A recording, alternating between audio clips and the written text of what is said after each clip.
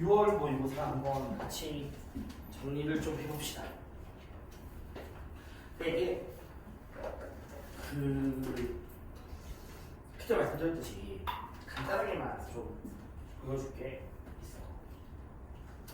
잠시만요.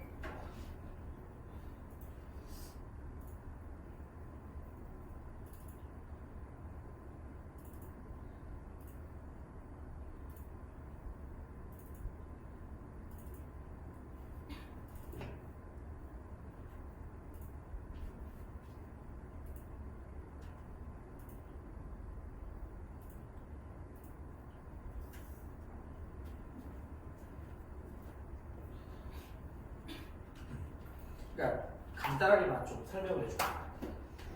알면 좋으니까. 그러니까 이제 생윤의 그러니까 출제 경향들 아니면 지금까지 나왔던 등급컷들이거든. 그러니까 이제 사실 이때도 그렇고 이때도 그렇고 어쨌든 한두 개까지는 허용이 되고 작년 6월이 엄청 어려웠었어. 등급이 39점이었으니까. 근데 봐봐. 작년 9월도 비슷하거든. 근데 작년 수능에서 갑자기 확 바뀌어버렸잖아. 2등급이 47점이 됐으니까. 근데 이거는 재수생들이 많았다 적었다 이 문제가 아니라 난이도가 확 바뀌었어. 그러니까 작년에 6월이랑 9월까지는 계속해서 그러니까 난이도가 좀 어려워지는 추세였고, 그 다음에 새로운 내용들 되게 많이 나왔거든. 그래서 왜 우리 지금까지 막 수업하면서 뭐 칸트의 사회계약론 작년 6월에 처음 나왔고, 그 다음에 또 사회계약론 자체에서도 홉스랑 로크 거의 윤사 느낌으로 엄청 어렵게 냈었어. 그런데 요쯤 지나고 나서 왜 그거 있었잖아. 대통령이 교과외 가려놓지 말고. 그러면서 생윤 윤사 출제하는 분위기가 바뀐 거야. 많이 바뀌었고, 또 그때도 말씀드렸지만 조금 이슈가 있었어. 원래는 평가원이 가진 인력풀에서 출제위원들을 선정할 때 작년에 요거 이후에 교체됐거든요. 출제위원들이 많이 교체가 됐어. 그러면 새롭게 하면서 5배수 인력풀을 추천한 거야. 5배수를. 그래서 거기서 무작위로 이제 추천한 거예요.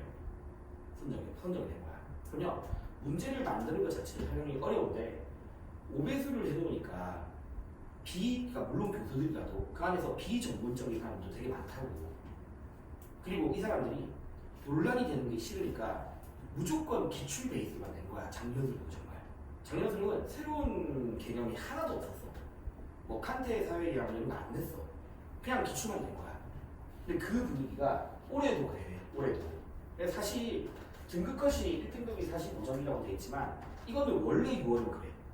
근데 난이도 자체는 되게 쉬워. 진짜로 쉬웠어. 왜냐면 새로운 표현도 없었고 다 기출 표현이야. 너희가 어려워할 만한 표현들이 하나 두 개 정도 있었는데 그것도 사실 그렇게 어려운 내용은 아니었거든요. 그래서 내 생각에는 물론 9월까지 봐야 되겠지만 이런 느낌이라면 굳이 막 너무 어렵게 공부할 필요 없고 그냥 기출을 꼼꼼하게 보면 돼. 그리고 이걸 내는 사람 입장에서도 논란을 피하려면 그냥 기출과 내면 되거든요. 그리고 대신 어렵게 내려면 기출의 제시문들을 가지고 많이 있겠지. 기출의 제시문들. 그래서 기출에 있는 제시문들 가지고 활용해서 기출 반영했다가 끝인 거거든. 그래서 특히 연계랑 기출이 너무 중요해. 연계 기출이. 그래서 내가 다른 쪽에서 설명할 때도 지금부터 남은 시점에서 우리가 공부를 할 때 굳이 그러니까 물론 좋아. 막 시중에 나와 있는 막 너희 뭐 대충 알잖아. 그 되게 심화 참고서들. 뭐 흔히 말하는 무슨 현자의 메가서에서 만들어지는 현자의 논 이런 것들 공부하면 좋거든. 근데 그거는 너희가 진짜 막 어떤 경지에 이르렀을 때야. 이르렀을 때 그걸 보면 너무 좋아. 근데 굳이 기출이랑 연계를 다 완성하지 못한 상태에서 이거 보고 저거 보고 하는 거는 조금 너무 시간 낭비야. 그러니까 내 생각에는 기출을 무조건 꼼꼼하게 봐야 돼. 연계랑. 알겠죠? 그리고 내 생각에는 절대로 난이도가 엄청 어려워질 느낌은 아니야. 근데 이 정도 난이도가 수능에 나오면 무조건 똑같아. 작년 수능처럼 될 거야. 작년 수능처럼. 근데 그렇게 안 하려고 하니까. 왜냐면 생년 연산 출제위원들이 똑같거든요. 심지어 작년 연산에 2등급이 없었었어. 1등급 아니면 3등급이었어. 한 개 틀리면. 그러니까 그런 꼴은 안 내야 되니까 어렵게 내려고 할 거야. 근데 그걸 어떻게 하면 그걸 이제 기출에 있는 제시문에서 다 뜯어서 낼 것 같아. 새로운 표현보다는. 그래서 이거 지금 우리가 기출문제 풀고 있지만 그 다음은 우리가 7월달에 하는 것도 결국에는 기출이거든요. 근데 기출을 좀 더 이제 제시문이라든가 이런 것들을 보기를 전부 다 만들어가지고 하나하나 다 따지고 해야 되는 거지. 그리고 그때도 자기가 만약에 어느 정도 충분히 공부가 안 돼 있으면 그냥 기출을 풀어야 돼. 기출. 그래서 내가 막 엄마한테 그런 얘기했어. 생일윤사에서 1등급을 1등급이랑 2등급에 1, 2등급은 솔직히 좀 무리야.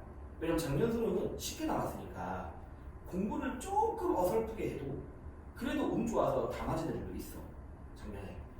근데 진짜 완벽하게 다 알아서 막 모든 걸 다 막 이 정도 경지에 이르러서 그런 1등급도 있을 거고요. 근데 적어도 기출을 한 3번 정도 돌린 친구들은 그래도 2등급 커다에 다 들어가. 그게 재생들이고. 여기는 또 아침 우리가 재생을 없잖아. 그래서 재생들은 최소 3번 이상 돌린다. 그러니까 너희도 그 정도만큼은 해야 되는 거야. 알겠지? 그 정도까지만 해서 일단 2등급대를 계속 유지를 해야지. 무조건. 그리고 그 안에서 1, 2등급은 정말 무리하니까. 그러니까 기출을 많이 보세요. 연기에 정말 꼼꼼히 봐야 돼요. 알겠지? 그래서 그렇게 좀 공부를 해놓으시고 일단은. 그리고 다들 알잖아. 우리 생일에서 나와서 하는 어려운 내용들 다 뻔해. 이거 지금 말이 알지만 다 3단원이야. 다 3단원이고 아니면 지금 6단원이잖아. 3에서 6. 맞죠? 그리고 간혹 가다가 자연관이 좀 어렵게 나오긴 하는데 그래도 자연관에는 조금만 공부하면 맞출 수 있어. 사실.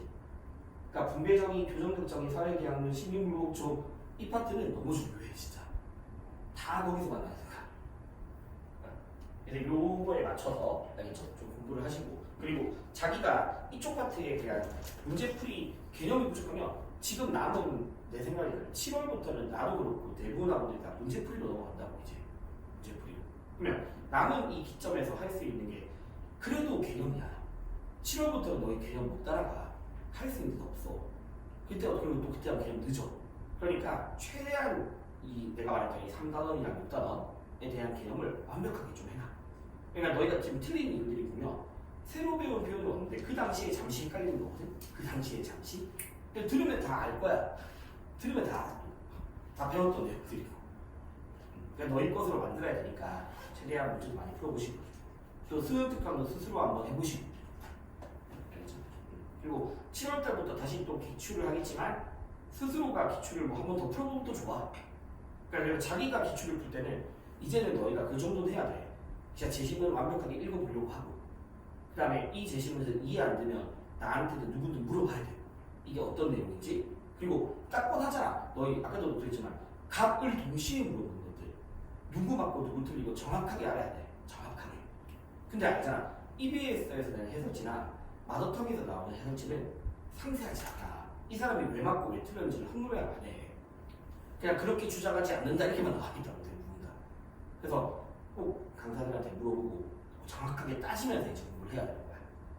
그리고 이제 그리고 이제 7월달부터 해야 될 게 두 번째가 선지노트야. 왜냐면 그때부터 이제 나 포함해서 모든 사람들이 문제풀이 많이 할 거거든. 맞지? 그러면 선지노트를 만들어야 돼. 지금 그래도 어느 정도 30점대 중반 이상 받았다라고 하면 그래도 어느 정도의 개념을 다 알고 있는 거거든. 그래서 자기가 노트 한 개 사가지고 크게 이제 1, 2, 3, 4, 6단원 만들어 놓고 그리고 뭐 이런 조금 옆에 붙이는 테이프 같은 거 이렇게 해가지고 1단원부터 6단원까지 표기해 놓고 그 다음에 자기가 문제 풀었을 때 틀렸을 때 틀렸던 보기들 좀 기억해야 돼 싶은 제시문들 기억하면 되잖아. 그리고 보니까 저기 중계 러셀 중에 어제 내가 러셀에 중계 나왔는데 애들 요즘 다 그거 있잖아. 아이패드에 다 기록을 하더만 또 애들이 아이패드에. 그래서 기록해놓고 그거 계속 보더라고. 그래서 그렇게 타이핑만 해보면 나중에 너희들이 그냥 그것만 계속 보면 돼. 그냥 그것만. 그래서 그런 작업을 이제 슬슬 들어가야 돼. 슬슬. 알겠죠? 그래서 이제 우리는 오늘 일단 6월 거를 같이 한번 보고 이어서 한번 봅시다.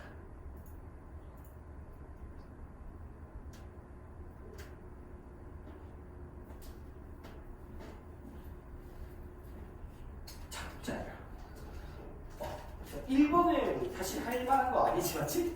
1번은 그냥 도덕 현상을 경험과학적으로 탐구하고 설명한다. 그냥 기술윤리학이죠? 그래서 기술윤리학의 입장이고 나는 보편적 원리를 구축한다. 맞죠? 그 관행을 평가할 수 있는 기준을 만들자. 이상적인 규범을 만들자라고 했으니까 이론규범윤리학이죠. 그래서 기술윤리학이랑 이론규범이고 1번은 실천윤리학이고 답은 2번이었죠? 기술윤리학. 그다음에 3번 워낙 많이 했던 메타윤리학이고 5번 또 마찬가지로 메타윤리학이야. 근데 4번이 좀 처음 나오긴 했는데 사실 너희 왜 인과적인 설명을 제시한다. 이거 기술윤리학이잖아. 맞죠? 그래서 기술윤리학자들은 도덕 현상 또는 도덕적 관행이란 단지 사실의 집합에 불과하니까. 맞죠? 그 사회에서 도덕적인 관행이 어떻게 만들어지는지도 원인과 결과도 정확하게 탐구될 수 있다.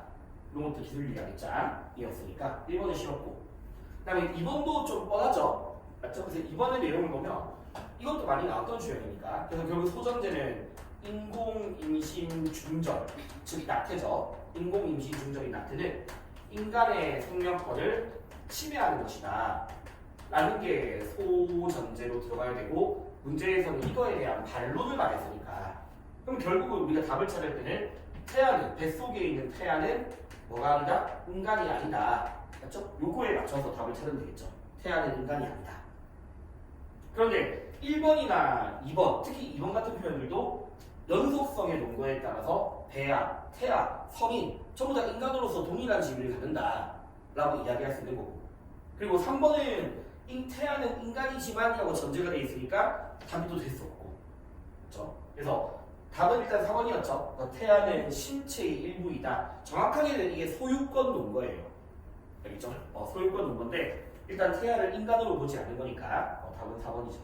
그리고 5번은 물론 임산부의 선택권이 우선한다라는 일정한 조건 하에서는 낙태도 허용될 수 있다는 주장이지만 앞에 전제가 틀렸잖아, 맞지?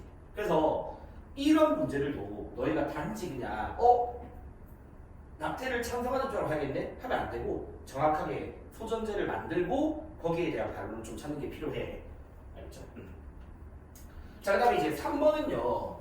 얘들아, 우리 하버마스라는 사람이 합리적 의사소통으로서의 담론은 언어 능력을 가진 사람들이잖아. 맞죠? 언어 능력을 가지고 있어야 돼. 담론에 참여가 있는 사람들은. 그래서 여기 보니까 언어 능력을 지니고 있는 둘 이상의 상호작용이다 라고 했어.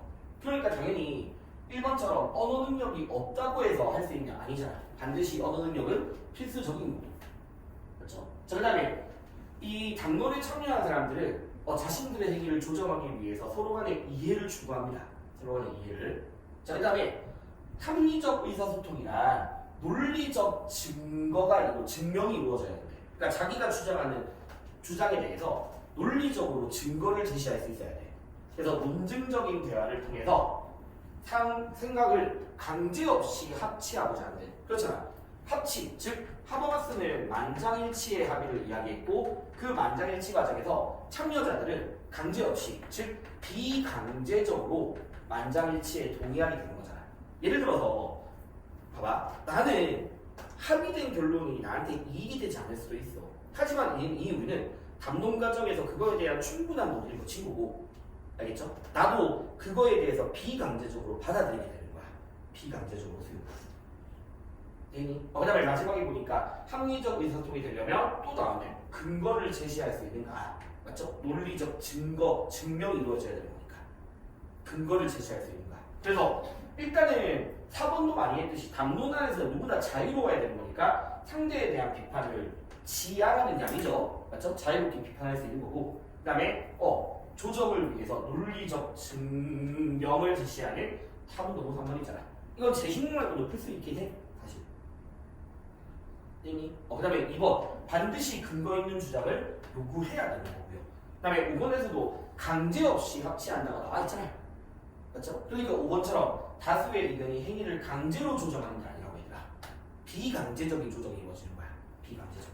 그래서 하버마스는 좀 무난하게 나왔고요. 그 다음에 4번 문제 한번 봅시다. 자, 워낙 많이 봤던 맥킨타이어죠. 맞죠? 그래서 맥킨타이어는 내가 속한 공동체의 관행에 내재되어 있는 선들을 우리는 성취해야 되고, 맞죠? 그래서 맥킨타이어 입장에서 공동체주의자니까 답은 바로 1번이죠. 워낙 많이 나왔죠. 맥킨타이어는 나의 정체성, 나의 의무, 전부 다 내가 속한 공동체의 관행으로부터 비롯되는 거니까, 맞죠?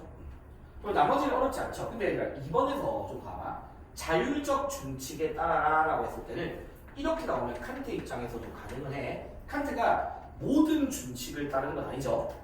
맞죠? 준칙 중에서는 보편화되지 않는 준칙도 있잖아. 근데 자율적인 준칙, 칸트에게서 자율적이라는 말이 붙어버리면 자기 강제라고 해서 이야기했었잖아. 이게 옳으니까 해야 한다라는 알겠죠? 자기 강제이기 때문에 자율적 준칙은 칸트 입장에서 가능해요. 그래서 혹시나 칸트가 나오면 이거 나오면 맞는 말이야.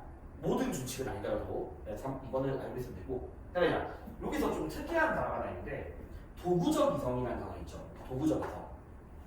자, 이거 있잖아. 일단 너희가 예전에 한번 나온 적이 있어. 언제 나왔었냐면 그 하버마스가 적극적 우세남을 반대하는 글로 나온 적이 있어. 근데 너희가 어쨌든 다 생윤하잖아. 생윤이라는 과목에서 도구적 이성은 안 좋은 단어야 그냥. 일단 결론은. 알겠죠? 이거 되게 안 좋은 단어입니다. 생윤에서는. 왜냐면 도구적 이성은 이 이성 또는 합리성이라는 것을 특정 목적을 위해 오로지 수단시만 여기는 행위야. 알겠죠? 인간의 이성이나 합리성을 어떤 목적을 위해서 단지 수단으로만 여기는 행위고, 쉽게 말해서 과학기술을 사용해서 인간의 이익을 위해 자연을 막 지배하고 변형하고 이것도 다 도구적 이성이야. 그래서 도구적 이성은 좋은 건 아니에요. 그래서 이렇게 말할 사람은 없어. 너희가 적어도 배우는 과목 안에서. 알겠죠? 그 다음에 4번.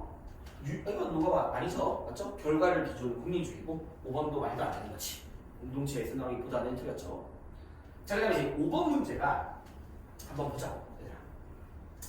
그러니까 내가 저번에 이야기했나? 그러니까 너희들이 하버마스라는 사람의 입장을 조금 정확하게 하버마스 이야기냐? 하이데거라는 사람의 입장을 좀 정확하게 알 필요가 있어. 그러니까 야스퍼스랑 하이데거를 과학기술의 윤리에서 많이 비교하잖아. 그렇지? 그러면 하이데거가 주장하는 게 뭐냐면 얘들아, 봐봐. 하이데거는 기술의 본질에 대해서, 하이데거가 말하는 기술의 본질에 대해서 좀 알자. 얘가 말하는 기술의 본질. 자, 기술의 본질을 일단 뭐라고 하면 수단으로만 여기시면 안 돼. 일단. 알겠죠? 기술의 본질을 단지 인간의 어떤 이익을 위한 수단으로만 보면 안 된대. 그게 도구적 이성이거든? 일단 수단으로만 보면 안 된대. 그러면 기술의 본질은 뭐냐? 탈은폐. 자, 탈은폐. 감춰진 것을 드러내게 하는 거야. 알겠죠? 기술은요, 감춰진 것을 드러내게 해줘. 감춰진 것을 드러내게 해줘. 그리고 탈은폐를 통해서 인간과 세계의 관계를 규정해줘. 인간과 세계의 관계를 규정한다든가, 또는 인간이 세계를, 자연을, 세계 또는 자연을 바라보는 관점에 영향을 줘. 알겠죠? 인간과 세계의 관계를 규정한다든가, 또는 인간이 세계를 바라보는 관점에 영향을 줘. 탈은폐를 통해서. 이게 일단 기술의 본질이거든. 그러면서 이제 하이데거가 뭐라고 이야기하면, 봐봐. 자, 과거에 같은 탈은폐라도 과거의 기술은 자연이라는 것을 돌보, 또는 인간과 자연의 공존, 알겠죠? 자연을 돌봄으로 돌봐야 될 것은. 왜냐면 어쨌든 인간이 자연을 경작하잖아. 근데 자연이 없어, 인간도 없어. 인간은 있을 수 없는 거야. 그래서 자연을 경작하였지만 자연과 인간은 서로 어떤 상호작용, 공존의 관계, 돌봄으로 바라봤던 거. 그러니까 이런 것들은 기술에 되게 자연스러운 탈은폐예요. 자연스러운 탈은폐라고 해야 돼. 되게 자연스러워. 근데 오늘날 현대과학은 그렇지 않다고 봐. 왜냐면 현대과학은 자연이 가지고 있는 것을 자연스럽게 드러내는 게 아니라 자연을 막 괴롭히는 거야. 닥달이라는 게 괴롭혀. 괴롭혀서 자연을 막 감춰주고 막 끄집어내. 아니면 뭐 에너지를 막 강요해. 그러면서, 맞죠? 그래서 막 식주성 같은 거 막 땅 파잖아. 거기서 막 석유 끄집어내잖아. 그래서 자연을 막 괴롭혀. 에너지를 강요해. 그리고 이거를 자연을 오로지 석탄, 석유를 저장하기 위한 창고로만 여겨봐. 자연을. 알겠죠? 그래서 어느 순간 인간이 이 자연을 그냥 도구로만 보게 만드는 거야. 알겠니? 인간의 이익을 위한 도구로만 여기게 만드는 거야. 도구로만. 자연을 도구로만 여기는 거야. 그러니까 이런 식으로 영향을 준단 말이야. 근데 하이데거가 이거는 뭐냐? 왜곡된 거야. 이거는 왜곡된 거야. 왜곡된 거. 알겠죠? 왜곡된 단계예요. 그래서 이거에 대한 반성이 필요한 거야. 이렇게 하는 거에 대한 반성이 필요해. 하이데거가. 알겠죠? 이건 왜곡된 거. 그래서 하이데거 입장은 이런 것들을 좀 기억하셔야 돼요. 됐지? 그 다음에 야스퍼스는 우리가 많이 했듯이 기술 그 자체는 맞죠? 공환이잖아. 지금 공환이. 왜? 인간이 그 기술을 어떻게 사용하냐에 따라서 기술이 인간한테 선을 줄 수도 있고 악을 줄 수도 있어.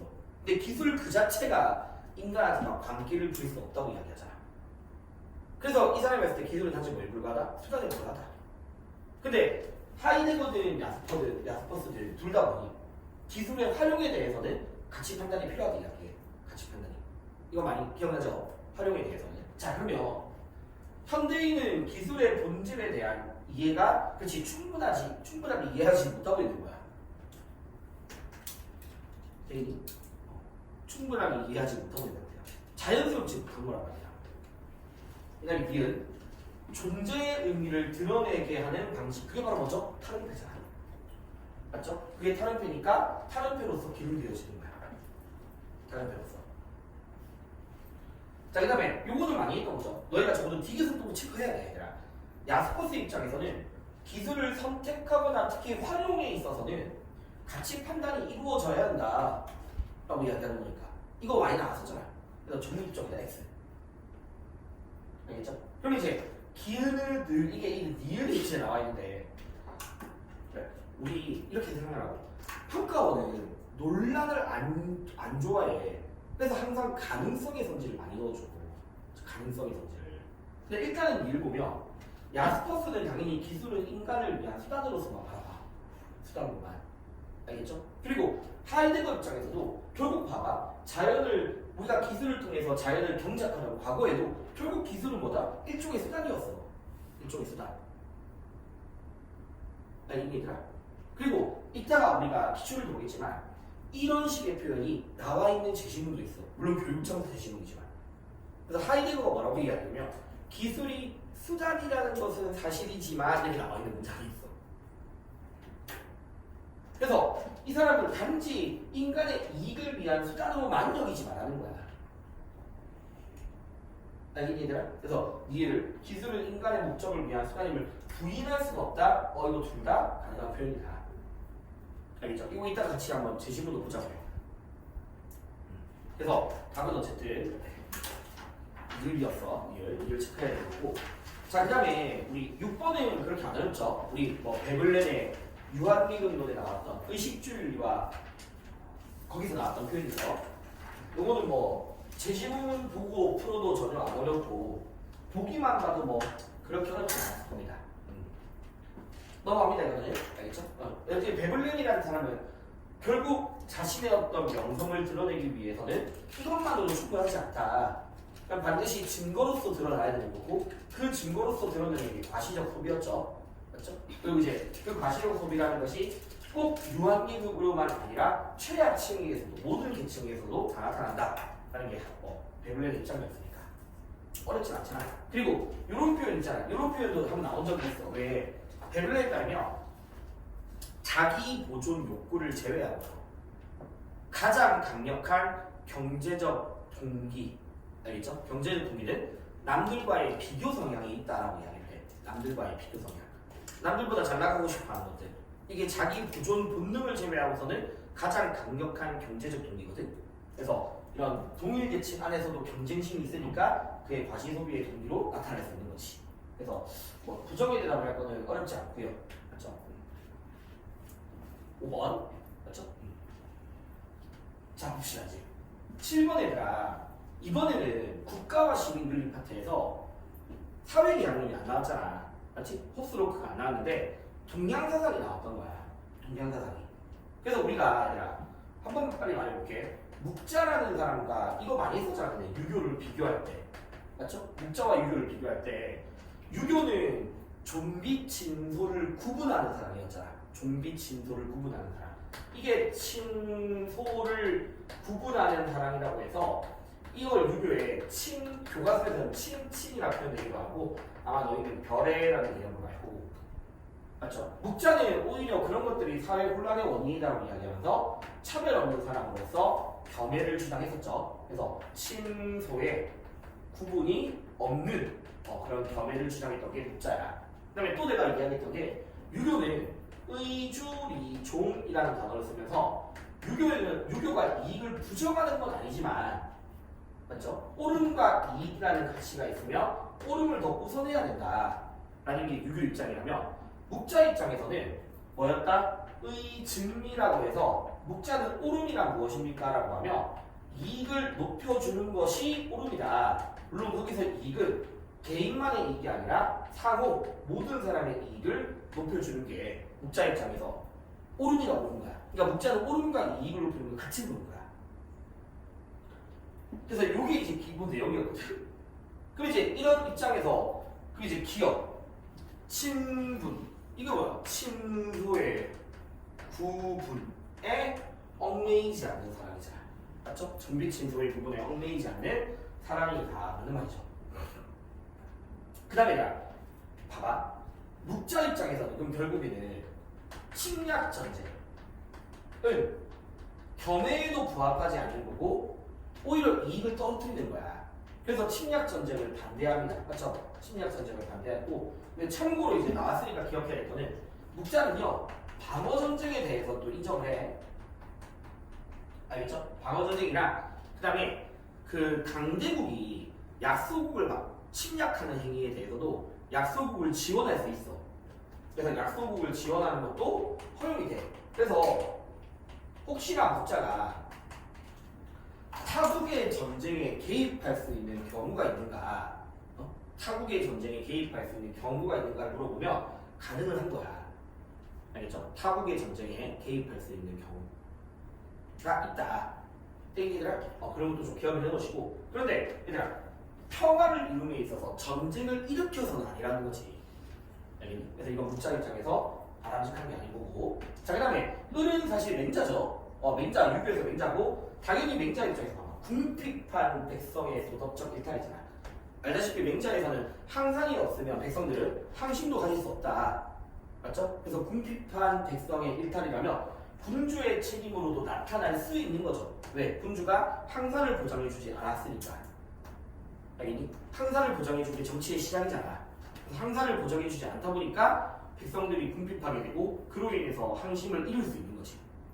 그래서 이건 당연히 맹자 입장에서 맞는 말이고. 자, 그 다음에 니을을 보면 군주는 의로움보다 백성의 이로움을 중시한다 라고 나와 있는데 이건 맹자가 안 됩니다. 알겠죠? 약간 이제 맹자 입장에서도 백성들에게 이익을 보장해주는 거는 궁극적으로는 사회 정의를 위한 거야. 당연히 유교에서 더 중요한 건 옳음이에요.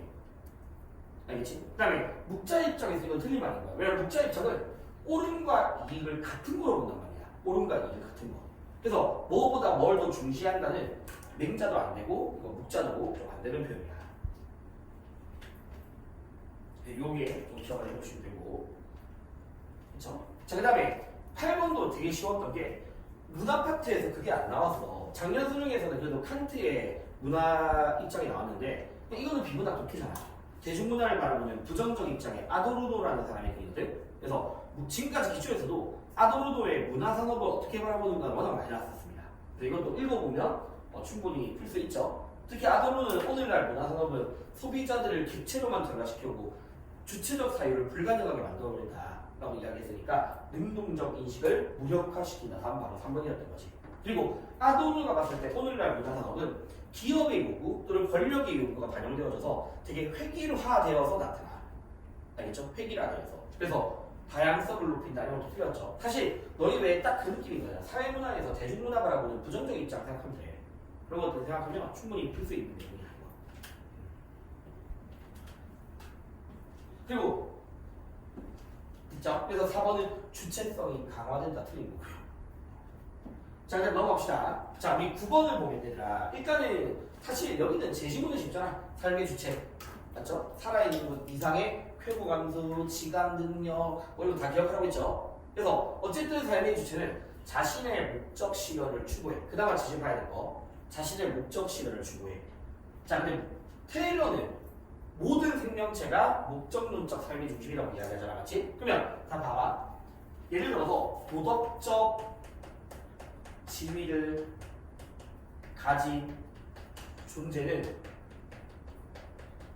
자신의 목적을 추구하는가 라고 나와 있으면 세 명 다 가능하죠. 칸트 포함해서. 맞지? 칸트 포함해서 다 가능하잖아. 아니 얘들아, 근데 이제 차이는 있죠. 레건이 봤을 때 도덕적 지위를 가진 존재는 삶의 주체인 거고, 삶의 주체는 자신의 목적을 의식적으로 또는 지각 능력을 바탕으로, 알겠죠? 지각 또는 쾌고 감수 이런 것들을 바탕으로 자신의 목적을 추구하거든. 그래서 레건은 반드시 도덕적 지위를 가지기 위해서라면 의식이 있어야만 해. 있어야만 하는데, 테일러 같은 경우에는 의식과 보다 이거 없어도 돼. 알겠죠? 의식과 무관하게 또는 쾌고 감수와 무관하게 자신에게 주어진 목적을 추구하고자 해. 알겠니들아? 그래서 칸트 입장에서야 당연히 인간은 이성을 바탕으로 자신에게 주어진 목적이자 바로 도덕을 추구하는 거잖아. 적어줄까? 칸트가 말하는 목적은 도덕이잖아. 도덕. 맞지? 그러면 도덕이라는 목적을 추구하기 위해서는 반드시 이성이라는 게 전제가 되어 있어야 하겠죠? 맞죠? 이성을 통해서 도덕을 추구하는 거. 테일러가 말하는 목적은 생명활동이고요. 알겠죠? 생명활동이라는 목적을 추구하고 있고. 그래서 이 정도는 뭐 일단 기억을 좀 해주면 되고. 제시문 해서 그나마. 자, 그러면 한번 보자고. 근데 이것도 우리 알죠? 도덕적 행위 능력이라는 거는 모든 사상가들은 인간만이 가지는 능력이잖아. 인간만이 가지는 능력. 그러면 그게 있어야지만 존중은 아니다라고 하면 탈인간 중심주의자는 누구나 다 동의할 겁니다. 그렇죠? 탈인간 중심주의자는. 인간 중심주의는 동의할 수 없어. 탈인간 중심주의는 다 동의할 수 있는 선지고, 여기서는 레건이랑 테일러 둘 다 동의를 해야 되는 거야. 레건, 테일러. 그렇죠? 그래서 기억은 틀린 거죠. 자, 그 다음에 이것도 많이 했잖아. 우리가 동물을 학대하지 않아야 될 이유를 인간 존엄성을 훼손할 가능성이다라고 해버리면 탈인간 중심주의자들은 동의하면 안 돼. 알겠지 얘들아? 그리고 작년 수능에서도 10어의 제시문 중에 뭐가 있었냐면, 인간에게 친절해야 되기 때문에 동물을 학대하면 안 된다라는 식의 주장은 여전히 종차별주의다 라고 이야기를 했고, 그럼 레건 입장에서 동물을 학대하면 안 되는 이유는 동물이 이미 뭘 가지고 있으니까 내재적 가치를 가지고 있었어요. 침해될 수 없는 권리가 있었어요. 테일러 입장에서도 모든 생명체는 뭐가 있어서야? 내재적 가치가 있는 거야. 알겠죠? 그래서 인간 존엄성을 훼손할 이유가 동물학대를 금지하는 근거면 이거 무조건 칸트밖에 안 돼. 또는 그나마 아퀴나스 정도. 알겠죠? 칸트 또는 아퀴나스만 가능한 표현인 거야. 칸트 또는 아퀴나스만. 그래서 탈인간 중심주의는 이거 동의할 사람 없어. 알겠죠? 이거 동의할 사람 없고. 그 다음에 니를 봐봐. 수단으로만 이용되어서 안 되는 존재. 다 각자의 도덕적 지위를 가진 존재잖아. 칸트 수단으로, 인간 수단으로만 대하면 안 되고, 레건 삶의 주체 수단으로만 대하면 안 되고, 맞죠? 물론 테일러가 생명체를 수단으로서 이용할 수도 있지만 수단으로만 대하면 안 되는 거잖아. 그러면 수단으로만 이용되면 안 되는 존재가 도덕적 의무의 대상이 될 수 있다고 하면 아예 전체가 다 가능합니다. 그렇죠? 인간 중심주의도 가능하고, 여기서 레건도 가능하고, 테일러도 다 가능한 거지. 그 다음에 디귿이 좀 중요한 문제야. 왜 중요한 문제냐면, 봐봐. 일단 생태계의 구성원만이 도덕적 지위를 지닌 존재가 될 수 있는 것은 아니다까지 해버리면 이거 가능한 사람이 한 명 있어. 이 파트에 없어. 나 처음에 이게 도대체 뭔 말인가 생각했거든. 근데 좀 다시 보니까 이게 가능한 사람이 한 명 있어. 기본적으로 얘들아 봐봐. 개체론자들은 생태계 안에 있는 구성원들이 도덕적 지위를 가지는 거잖아. 그 안에서 칸트는 인간만이 가지는 거고, 레건은 삶의 주체만이 가지는 거고. 맞죠? 이거 가능한 사람이 누굴까? 이도 말하자. 전이론자. 레오폴드가 가능한 문제야. 왜? 이걸 레오폴드가 가능해? 왜? 레오폴드는 생태계 구성원으로서 개체뿐만 아니라 생태계 그 자체도 뭘 가지고 있니? 도덕적 지위를 가지고 있잖아. 생태계 그 자체도. 알겠죠? 그래서 생태계 구성원만이 지위를 가진 건 아니다라고 하면 이게 가능하다. 근데 혹시나 그래서 구평이나 수능에서 이런 것들이 비슷한 활용이 될 수 있는 거지. 그러니까 다시 말하면 개체론자들을 생태계 구성원이어야지만 도덕적 지위를 가질 수 있는 거야. 생태계 구성원이어야지만. 알겠죠? 근데 레오폴드는 생태계 구성원의 지위를 부정하지 않지만 생태계 그 자체로서의 도덕적 지위도 인정한다. 그래서 디귿 문제는 이거 좀 기억해놔야 돼. 이런 표현 나오면.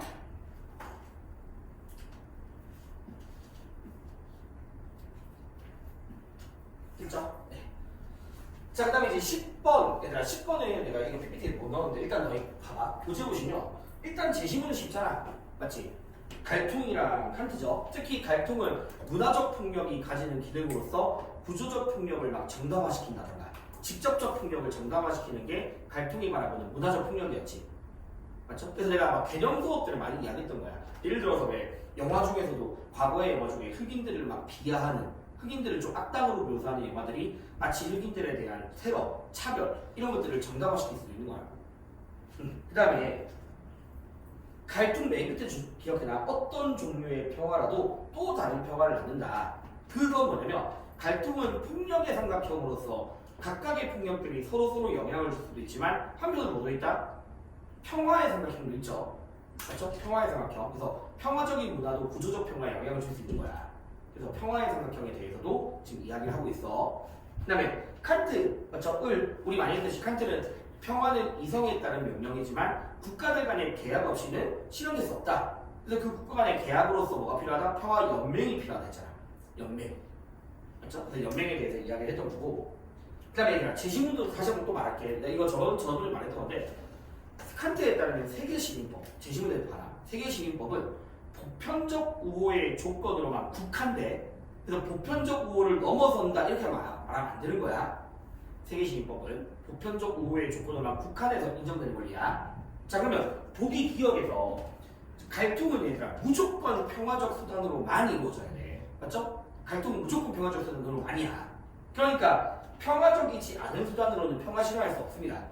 이게 쉬운 내용이었고, 그 다음 니은 아까 말씀드렸던 거죠. 문화적 폭력이 기능이죠. 그래서 구조적 폭력을 정당화하는 예술도 있다. 물론 모든 예술이 구조적 폭력을 정당화하지 않겠지. 평화적인 문화도 있으니까. 근데 이런 예술도 있는 거잖아.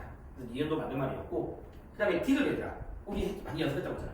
칸트가 평화 연맹과 달리 평화 조약은 몇몇 국가들끼리만 체결하다 보니까 하나의 전쟁은 종식이 가능하더라도 모든 전쟁을 종식할 수는 없어. 맞죠? 그래서 평화 조약은 하나의 전쟁만 가능해. 모든 전쟁 종식이 안 되니까 평화 조약으로는 영국 평화가 보장될 수 없는 거야. 그래서 디귿은 됐죠? 그다음에 니은은 기출이야. 봐봐. 칸트가 결국 영국 평화를 위해서라면 모든 나라들이 무슨 정치체가 이루어져야 돼? 공화 정치가 이루어져야 돼. 공화 정치. 아니? 그다음에 갈등도 아까 뭐 있니? 구조적 폭력 제거해야 되잖아. 근데 구조적 폭력 안에 뭐가 있냐면 정치적인 억압, 경제적인 착취 이런 거 들어간단 말이야. 정치적 억압과 경제적 착취.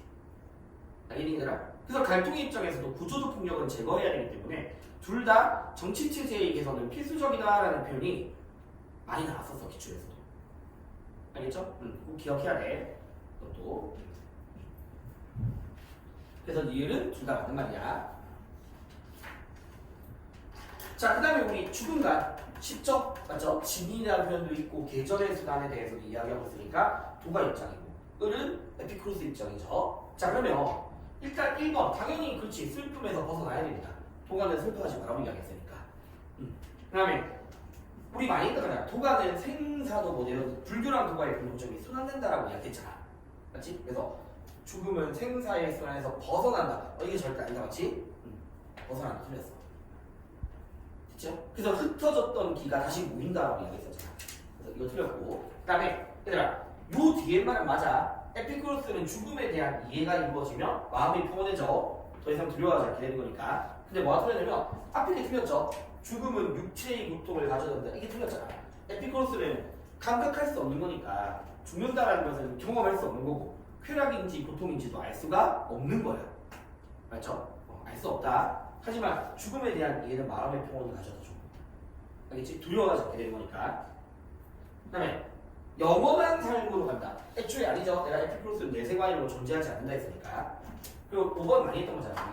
내가 왜 도가, 에피크로스, 그리고 한 개 더 추가해서 불교. 공통점이 삼가 죽음은 인간을 구성하는 요소의 모임과 흩어짐이라고 이야기했잖아. 모임과 흩어짐. 모였다가 흩어지는 거. 그래서 불교에서는 그게 뭐였다? 온이라는 거였고, 도가에서는 기, 에피크로스를 원자라고 이야기했거든. 그래서 원자나 기가 사라지는 게 아니라 모여있던 게 흩어지는 거야. 그래서 개별 원자로 돌아가는 거거든. 그래서 완전히 사라진다라는 면은 둘 다 안 되는 거죠. 알겠죠? 구성 요소가 흩어진다라고 해야 돼. 둘 다 맞으면. 그래서 이런 내용들이었고, 자, 그다음에 우리 해외 원조 문제 많이 풀었잖아. 근데 너희가 어쨌든 그렇죠. 이익평등 고려 원칙 이런 표현에서 시어라는 걸 알 수 있고, 그다음에 고통받는 사회를 적정 수준의 사회가 되도록 한다. 일단 놀수 입장이죠.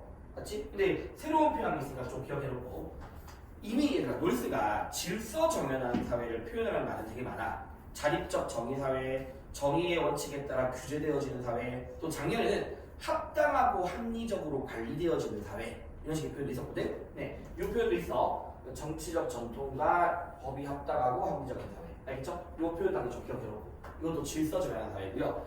너희 혹시 내 개념책을 가지고 있든 다른 사람 개념책을 가지고 있든 놀스의 입장에서 얘들아 이 질서 정연한 사회를 표현하는 문장 중에 뭐가 있냐면, 질서 정연한 사회는 그 사회의 기초가 되는 정치적 전통 또는 도덕적 덕목에 의해서 지지되어진다. 이런 식의 표현이 있어.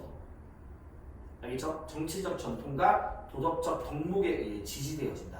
이런 표현도 있으니까 일단 놀수 입장에서. 자, 그러면 우리 많이 했듯이 싱어는 놀수는 둘 다 평균적인 불주라 이게 아니잖아.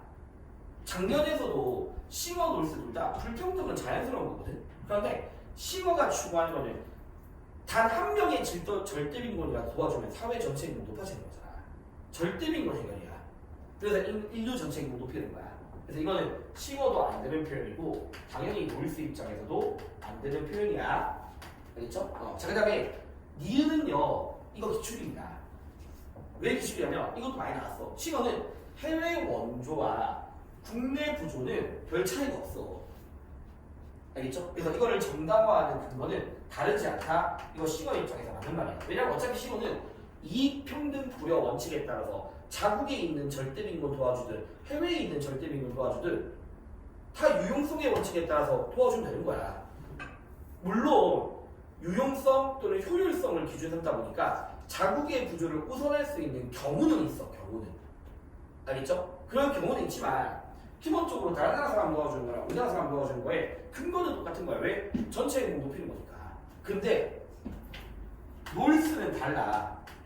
알겠죠? 이거 놀스는 달라. 왜냐면 놀스는 자국 내 구조에 대해서는 차등의 원칙과 같은 정의의 원칙을 적용하더라도 해외 원조에 대해서는 차등 원칙 적용 안 하잖아.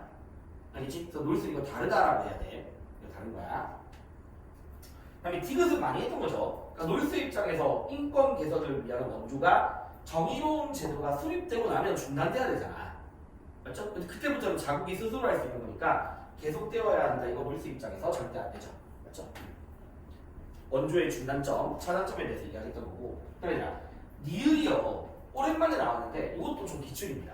예전에, 요즘은 좀 잘 안 나왔는데 좀 옛날 기출들을 보면 놀스랑 싱어가 둘 다 절대 빈곤을 해결하기 위한 원조는 보편적 의무다라는 게 나와 있어. 근데 다만 너희가 기억해야 될 게 싱어는요 보편적 의무지만, 알겠죠? 싱어는 보편적 의무지만 다만 조건적이야. 보편적이지만 조건적이야. 알겠죠? 보편적이지만 조건적 의무야. 왜냐면 원조 주체가 과도한 희생이 되는 순간에 원조가 중단될 수 있는 거니까. 알겠죠? 그러면 너희가 이제 의무를 가질 수 있는 거. 기아 상태의 사람들을 구제하는 거니까 절대 빈곤이고 싱어야 그렇게 치겠지만 왜 놀스가 가능하냐? 왜 놀스도 절대 빈곤을 해결하기 위한 보정이 뭐냐면, 이거 제가 개념 수업 때 이렇게 말씀드렸는데 놀스 입장에서 다시 봐봐. 불리한 여건으로 고통받는 사회 하나 따져보자. 근데 이거 정확한 이야기 같은데 일단 봐봐. 불리한 여건으로 고통받는 사회의 정확한 뜻이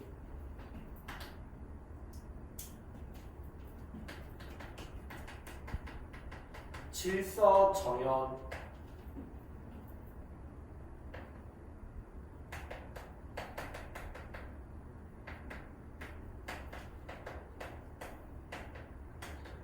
질서 정연한 사회에 필요한 물질적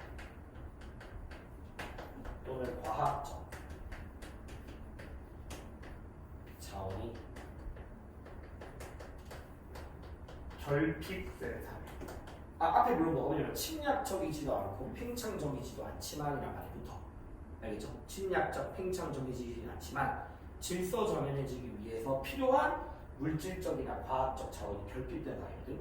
그래서 놀스가 그래서 내가 너희들 올려봐. 그러면 여기서 물질적인 자원이 결핍됐으니까 고통받는 사회는 당연히 뭐가 있냐? 기아와 같은 절대빈곤의 문제가 나타나.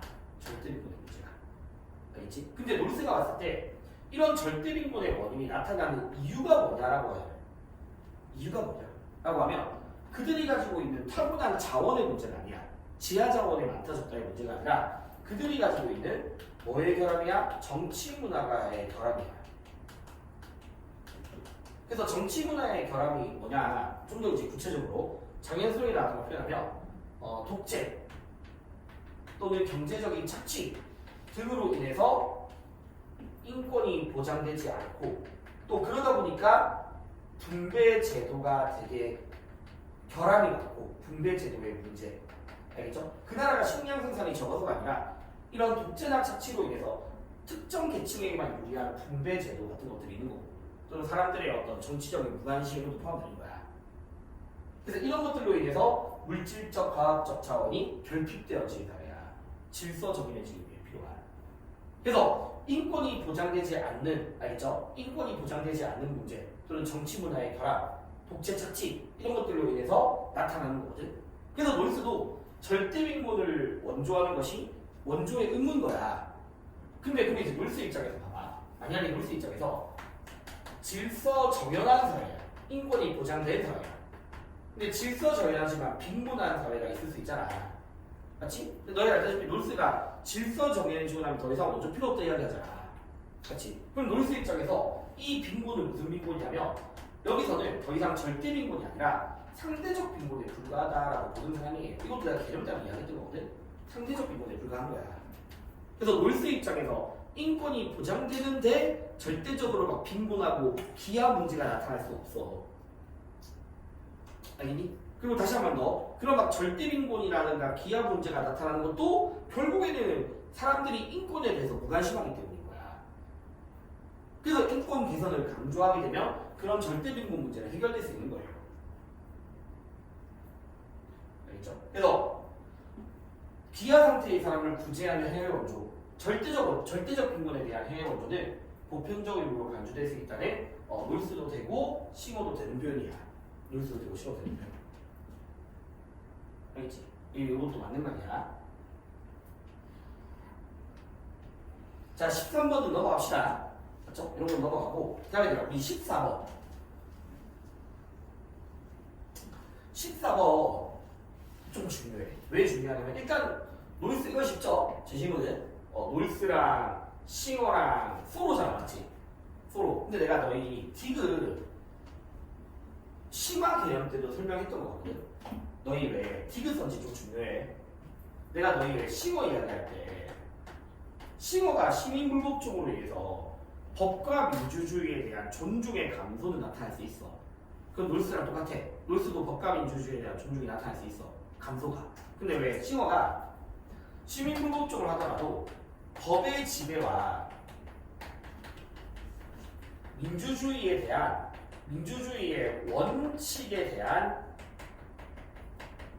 존중은 반드시 전제가 되어 있어야 해. 맞지? 법의 지배와 민주주의 원칙에 대한 존중은 반드시 전제가 돼야 돼. 이게 시거 입장에서 그거에서 최후의 수단, 공개적으로, 맞죠? 또는 비폭력적으로, 또는 처벌을 감수하는 이런 표현들이 모여져 있는 거야. 그럼 이렇게 존중을 전제하기 때문에 시거는 그만큼 자신의 항의의 진지성을 드러낼 수 있는 거야. 불복종을 통해서. 자, 근데 내가 이거 심화 때 설명했었거든. 너희들이 봐봐. 작년에 내가 수원에 있었던 제시문이라고 이야기하면서 시어는 법과 민주주의에 대한 민주주의 원칙에 대한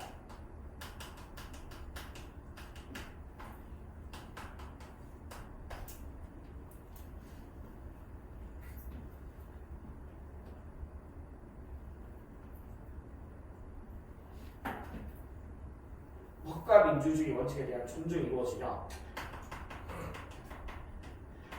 시민불복종은 더 자주 정당화될 수 있다. 이거 한번 말한 적이 있었거든요. 법에 대한 존중심이 이루어질수록 그만큼 시민불복종은 자주 정당화될 수 있다. 이게 제시입니다. 시험 제시. 그래서 내가 너희한테 이거 그대로 말한 거야. 내가 그 당시에 수업 때 이 말 했었어. 이걸 좀 바꾸면 싱어도 민주주의 원칙에 대한 존중심 또는 복종심이 습관화될수록, 그러니까 정확히 존중이 습관화될수록 이래 나와 있어. 습관화될수록. 알겠죠? 습관화될수록 시민불복종은 더 자주 정당화돼. 그래서 내가 이걸 어떻게 선지를 만들 수 있냐 했으면, 그럼 어쨌든 싱어 입장에서도 민주주의의 원칙에 대한 존중이 습관화될수록 더 자주 정당화되는 거니까 비민주적인 사회에서 시민불복종이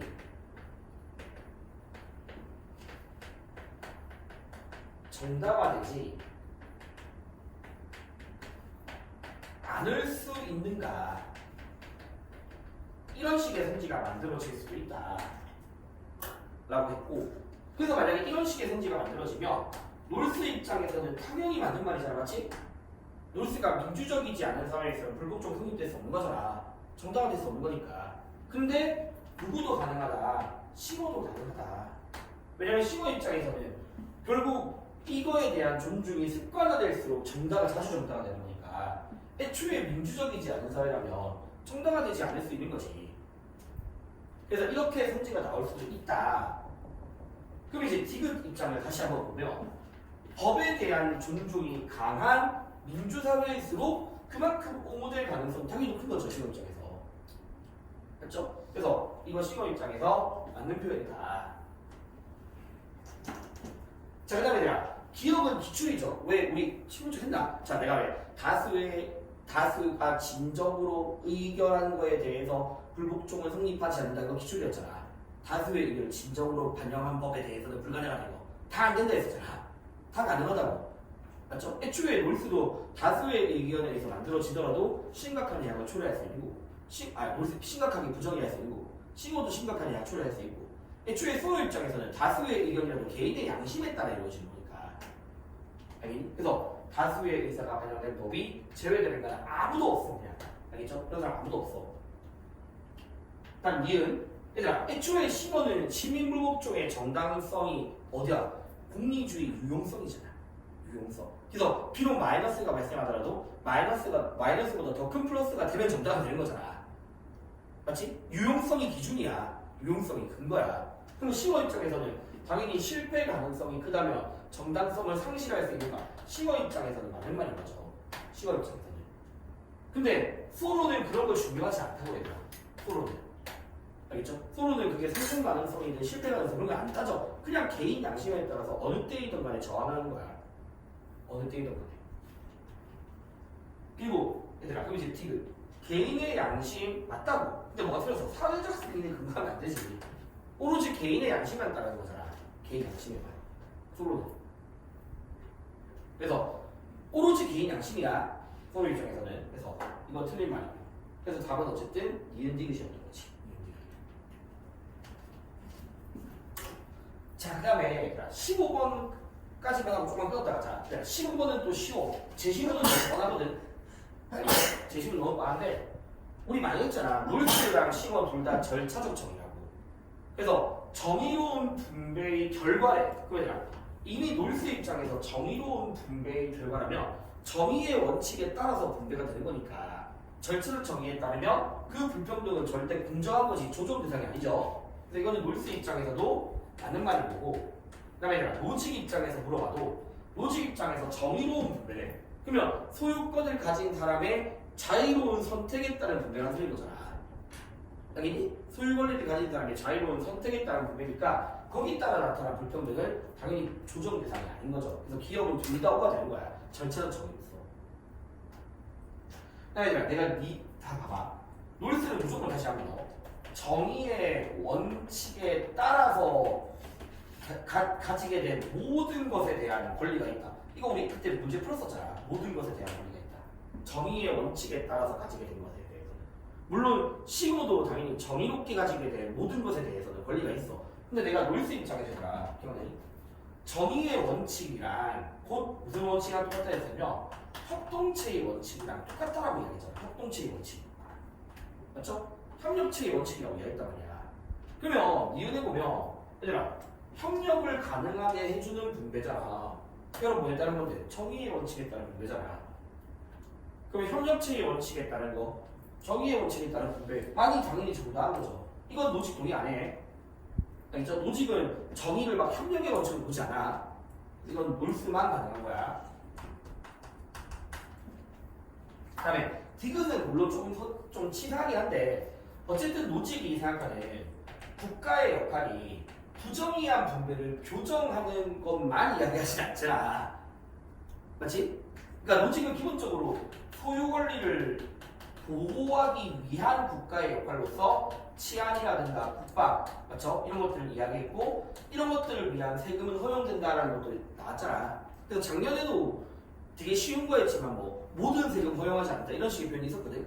치안이라든가 국방을 위한 세금도 인정하니까 물론 국가가 바람직하지 않은 분배라면 교정을 해야 되겠지, 맞죠? 근데 노책이 봤을 때 국가의 역할은 이거야 이거 지금 이거고 부정의하게 분배된 것에 대해서는 개입할 수 있는. 알겠죠? 디귿은 뭐 그렇고. 자, 그다음에 잘 봐봐. 정의로운 분배의 목표가 개인의 자유다, 자유를 위한 거다. 이까지는 놀수도 되고 노직도 돼. 그러니까 놀수도 그때 말씀드렸듯이 정의로운 분배를 통해서 누구나 다 비슷한 자유를 다 보장하고자 하는 거잖아.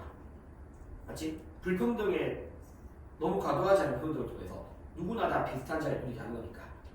그 노직도 정의로운 분배는 결국 국가에 의해서 침해되지 않는 개인의 권리 보장이야. 그 자유로운 선택, 자유로운 이전, 자유로운 분배를 이야기하잖아. 그러니까 개인의 자유를 위한 거거든? 근데 너희들이 요 단어에서 낚이면 안 된다고 했잖아. 기본적 필요를 보장해주는 거. 그러니까 기본적 필요를 보장해준다면 최소한의 인간다운 삶을 보장해주는 거랑 똑같아. 그러니까 이건 복지야. 알겠죠? 최소한의 인간다운 삶을 보장해주는 거야. 보장해주는 거. 기본적 필요란 말이야. 됩니다. 그래서 이 기본적 필요 보장에 대해서는 누가 동의하지 않으면 노직이 당연히 동의하지 않습니다. 그렇죠? 노직은 복지라는 것 또한 개인의 선택 문제인 거지 그걸 국가가 강제할 수 없다고 이야기하니까. 그러니까 기본적 필요, 알겠죠? 기본적 필요를 보장해주는 거 국가 역할 아니에요. 그리고 놀수는 가능해. 알겠죠? 놀수가 사회보장제도나 복지제도를 부정한 사람이 아니죠. 그래서 요까지 전체 문장은 놀수가 왔는데 노직이 아니지.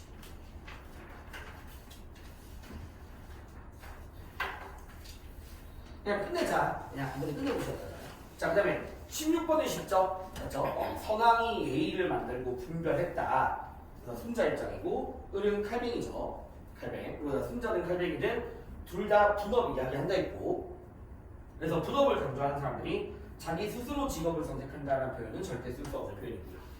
둘 다. 그 다음에 당연히 필수적이죠. 덕, 능력. 그리고 그런 것들을 가능하게 하는 게 예적. 그렇죠? 그래서 예, 실천하는 거고요. 그 다음에 절대 안 자라봤지. 귀천은 중세 때만 썼지. 칼뱅은 다 신의 설명이니까 거기에 있다는 귀천은 없죠. 그 다음에 17번 넘어갈게. 넘어가고 그다음에 18번도 얘들아. 18번 이건 좀 정확하게 하면 보수주의인데 정확하게는 칸트 제시문이야. 알겠죠? 칸트 제시문이야. 보수주의자 중에서도. 그래서 왜 우리 옛날에 기출에서도 칸트는 보수주의자인데 결혼을 전제로 한 관계만이 정답. 이거 모의사도 했었잖아. 이 사람 출산까지 안 간다고. 맞죠? 출산까지는 안 가. 그래서 밑에 보니까 정당하다. 성과 관련된 그 밖의 가치는 가족의 안정성과 출산 목적에 기여하는 것으로 파생된다. 일단 칸트 제시문이고 얘는 자유주의자죠. 맞죠? 자유주의자인데 성관계는 종족 보존의 측면에서 그러니까 똑같은 거잖아. 그러니까 종족 보존이라는 게 성에 있어서의 생식적 가치잖아. 생식적 가치. 맞지? 그러니까 칸트가 성관계가 생식적 가치의 측면에서만 정당화되는 게 아니잖아. 결혼까지 하면 된다니까. 우리 이것도 평가하기 기준이잖아. 결혼까지. 결혼까지 해서 정당화 되는 거지. 꼭 종족 보조를 위해서만 이건 아니에요. 알겠죠? 그거 아니야. 근데 이쪽에서 1번 틀렸고. 그 다음에 사랑이 전제된 성관계가 해약 금지. 사랑이 전제된 성관계에서 일단 기본적으로 칸트 같은 보수주의자는 결혼이 전제되어 있으면 사랑은 전제되어 있고, 맞죠? 그리고 해약 금지 원리는 기본적으로 자유주의는 필수적이잖아. 자유주의부터 다 필수적이야. 그러니까 자유주의자들은 해약 금지만 충족되면 돼.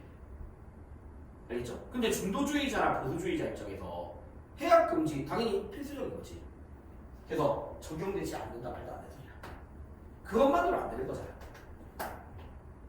그리고 사회적 책임이 도덕적으로 정당한 성관계의 조건이 아니다. 기본적으로 보수주의자는 사회적 책임이 정당한 조건이고요. 그다음에 내가 이것도 했어. 자유주의라고 해서 아니라 책임을 부정하면 안 돼.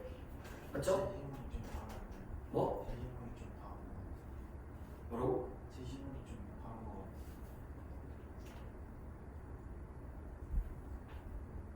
1, 2, 3 좀 다른 거. 2, 3 제 시분이 뭐가 달라? 아, 보기가 다르대. 이게 5번으로 나와야 돼. 5번. 어쨌든 5번 부분이 나오면 사회적 책임이 도덕적으로 정당한 성관계의 조건이 아니다. 틀렸습니다. 알겠죠? 그 다음에 4번에서 사랑이 전제된 성관계라고 해서 해약 금지 원리가 적용되지 않는다. 이거 절반에 그냥 다시 말할게. 사랑이 전제된 성관계에서 해약 금지가 적용되지 않는다. 자유주의자 입장에서도 적용됩니다. 알겠죠? 아까 필수적이라고 했으니까. 자유주의자 입장에서. 그러니까 답이 지금 적절한 건데 몇 번이니? 잠시만요.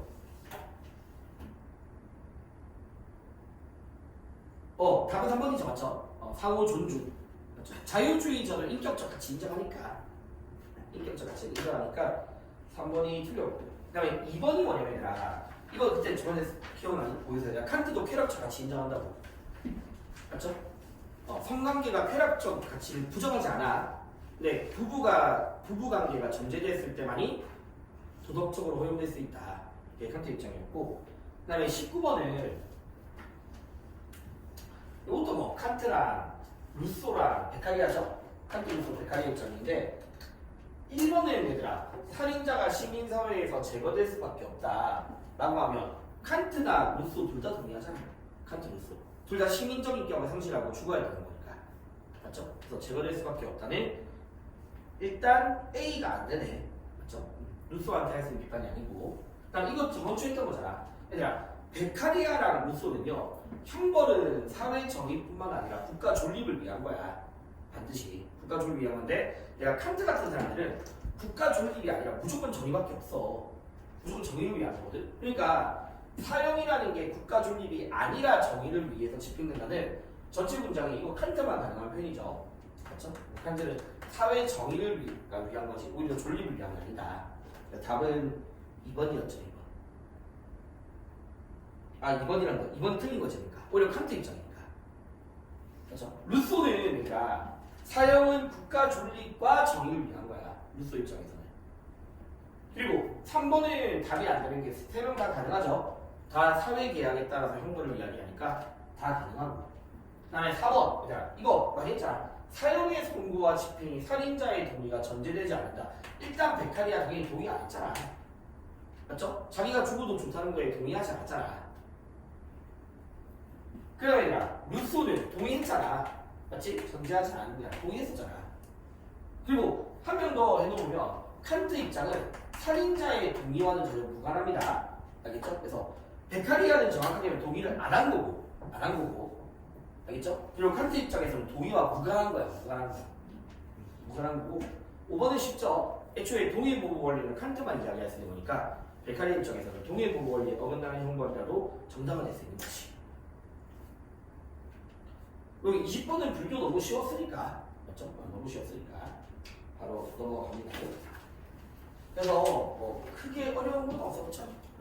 그러니까 지금 막상 들어보면 다 선생님도 들었던 이야기긴 해. 그러니까 계속 좀 복습을 하셔야 돼요.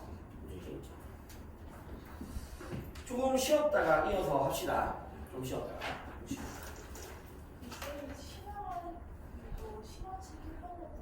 다 기출. 사실 기출이지. 미안 기출이지.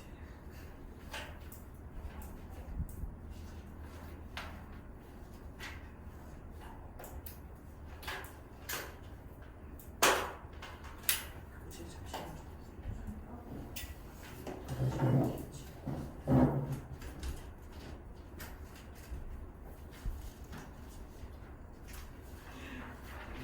조금 이렇게 한 주시오.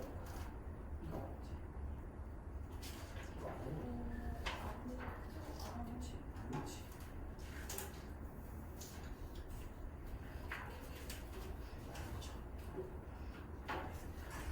교재 되지.